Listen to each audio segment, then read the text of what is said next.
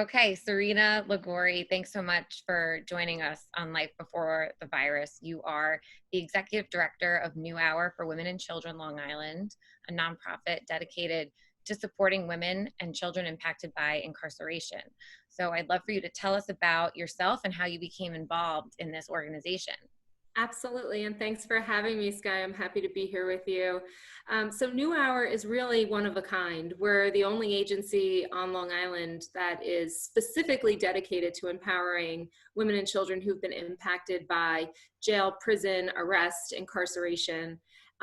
We started back in 2014, and really what led this sort of organization to be created was my own personal experience. And as a survivor of incarceration myself at 19, coming back to Long Island, I realized there were so few resources to really help women become successful community members and to enter and give back. And now with coronavirus, we've heard about women and people in jail and how the virus could spread inside of a jail or letting people out early. And I'd love for you to talk a little bit about how New Hour, how your role has changed since the virus. Yeah, we've been really lucky because we have a sheriff in Suffolk County who was really on the ball in terms of making sure that people had PPE and there was quarantine. But this has not been the norm across the state and across the country. And in fact, at Bedford Hills, which is one of the prisons for women, Lulu passed away. She was 60 years old. She had the virus. We've heard of women who've given birth and passed away from the virus, incarcerated because of really lack of medical care. And one of the things that happens within prisons and jails is that it isolates people from information, and it creates fear. And very similar to what we see right now happening in the media, there is this sort of cyclical effect of things really building and ultimately maybe ending in a way that it could have been prevented. And so we, along with WCJA, a city-based organization, the Women's Community Justice Association, we actually created the Justice for Women COVID-19 Task Force. And that task force is aimed at looking at what's happening in the jails and prisons and what's not happening. And in fact, we penned an open letter to Governor Cuomo saying, what are you doing to support and make sure women who are pregnant do not die during COVID? And we know reproductive health within prisons is often really subpar. And so one of the things that we were able to, with us and many other advocates, pass was Governor Cuomo granted release to a handful of women who were pregnant and within 6 months of their release date. One of the things that's hard is we just know there are so many other women who are still at risk, and they're still there. So how many women do you work with on a regular basis? Annually, we work with about 1,000 women a year. What's interesting is there are so many women who are cycling in and out of the local jail, and that makes the proclivity for COVID much higher because it's not an isolated population. People cycle in and out on a very regular basis. And in fact, 80% of the women there are there because of substance abuse disorder, and they're more likely to, if they have support when they come home, to really stay clean and sober and to get their life back on track. And that's where we come in to help them. Would you say then your relationship in Suffolk County, I mean, that must help your ability to track these women? I would imagine that your relationship would have to be fairly close with the sheriff or with the local government. Yeah, we do. We work really closely, and I think it's a good model that really should be replicated throughout the state and the country. You know, you cannot have folks who are completely at odds all the time, and I think we even see that right now with what's happening with the protests. You know, we don't condone violence, but we certainly understand the level of anger and sadness that people across the country are feeling. And it's the same with all criminal justice issues because so many of our women have been impacted by police brutality. They've been impacted by very, very serious trauma as a result of incarceration and arrest. And so the issue of mass incarceration goes hand in hand with a lot of the things that we see in the community that need to be changed. Like, let's talk about a little bit of those issues, if you will. Like, what are some of the issues top of mind, either before COVID or now post-COVID? What are some of the major things that you're advocating for? Well, we've been advocating for some time for survivors of abuse because a lot of times, 9 out of 10, actually, women behind bars are survivors of serious abuse. And what happens when somebody becomes incarcerated is that abuse can often continue.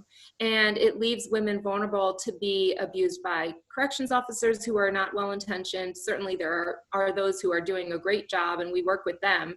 But the system in itself, the correctional system, really is not very gender gender responsive to women's issues, and it also really doesn't take into consideration that somebody deserves and can transform if they are given the right tools. So now, with all the riots and protests that are happening, I'm sure that that puts a new spin on some of your work, and that's very, very recent. So, Yes. yeah. It really does. Myself as a Puerto Rican woman, I was in tears the other day talking with some of my friends and colleagues about what's happening and how it's impacting them. And one of the things that we know is that systemic racism is not something that is going to go away overnight, and it's not something that we can hide and continue to not talk about. And especially on Long Island, I think that we as a community need to come together to really decry this as really not acceptable. And I think for sure, white people in the community need to be upstanders. They need to stand there and support their friends of color and their community members and their neighbors of color. And I think that for myself as a Latina, I certainly stand with the Black community and support them right now, because I have friends and even a lot of our women who we work with who say, I'm afraid to know how my child is going to be treated by the police. I know how I was treated. I know how my husband was treated.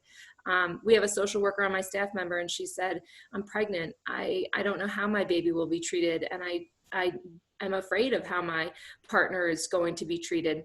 It really is bringing to light the things we think about and don't often talk about. Mm-hmm. So now tomorrow, you're hosting a press conference along with the Women's Diversity Network in Yes. Brentwood. Yes, so we will be across from the Suffolk County Police Station.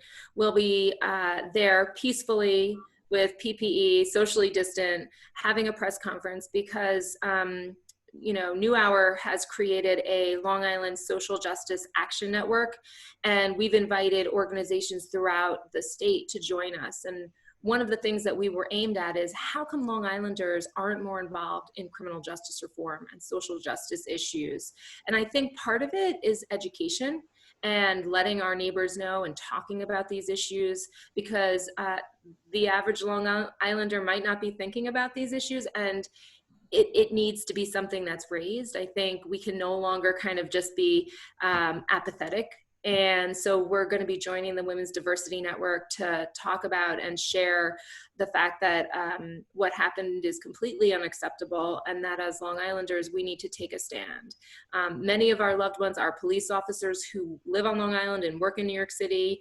And then we have other folks who are part of our community, like New Hour members, who have been victimized by the police. And part of what New Hour wants to continue to do is have meaningful dialogue with both sides of the aisle to say, how can we best work together? Because the more we can figure out solutions and the more we can hold law enforcement accountable. And certainly we call for the repeal of 50A. We want police officers to be held accountable if they've had poor and bad behavior in the past. And that's what that bill would do if Governor Cuomo passes it. We know that police officers who do the right thing are also being tarnished by this. And so we really want to say, how can we all continue to support each other? And how do we really understand that, those of us who are from the Black community are absolutely more at risk and being targeted, and that this is unacceptable. It can't continue. So we really look forward to that press conference tomorrow. And you don't have to be there in person. You can participate via Zoom. Yes, absolutely. Shaniqua Levin is the founder of the Women's Diversity Network. We are so proud to be a part of it. And part of the sort of mission of WDN is really to make sure that we're inclusive of everyone. You know, we're not anti-white, anti-Black, pro-white. We're really about how do we come together and really understand that our community is hurting and we need healing. And I think that, you know, we know that Nassau County and Suffolk County, one of the most racially segregated counties in the region, in the country, you know, Long Island is segregated. And we saw this happen with housing and housing discrimination. You know, I think, at least for the new generation and my son's generation coming up, I would love to be able to say that there is no such thing as racism. And I think we have to start and stand strong. And it's not just about talking about it, you know, it's about really doing something to prevent it. And what can people who want to get involved and want to learn more, what can they do? So, great question.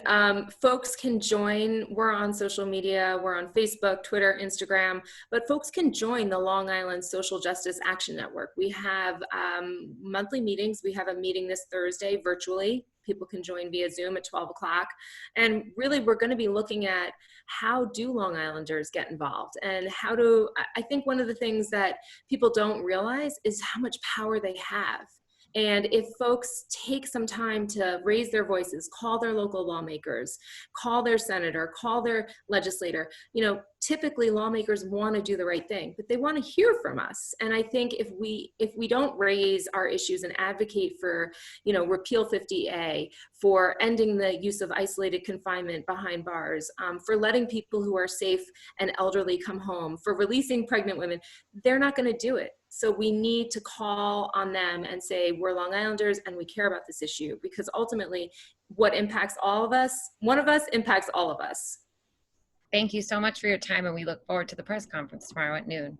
Thanks for having me.